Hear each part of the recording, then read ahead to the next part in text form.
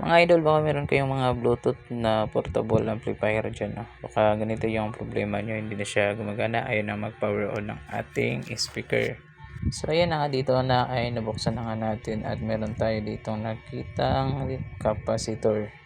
Itong capacitor na pumutok.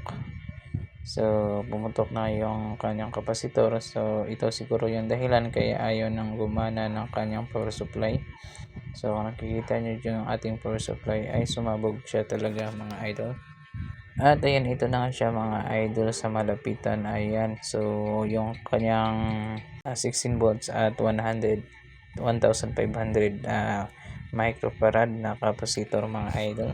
So dito na nga ay nakabili na tayo ng pamalit. Yung papalit natin ay magdadagdag tayo ng voltahe niya. Gagawin nating 25 volts at 1500 na microfarad para mas magiging safe yung ating power supply.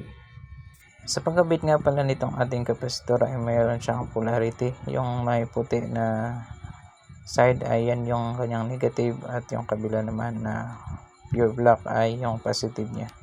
At sa kanyang board naman yung may itim dyan, yan naman yung negative, at yung kulay puti dyan ay yung positive niya. Pagkatapos natang maibalik yung capacitor ay kinabit na natin at ayan, gumagana na yung kanyang panel board at nagcha-charging na rin siya. So ito ay hintayin na lang natin na mapuno yung kanyang battery at check natin kung maganda na ba yung kanyang tunog. Ayan, maraming salamat mga idol.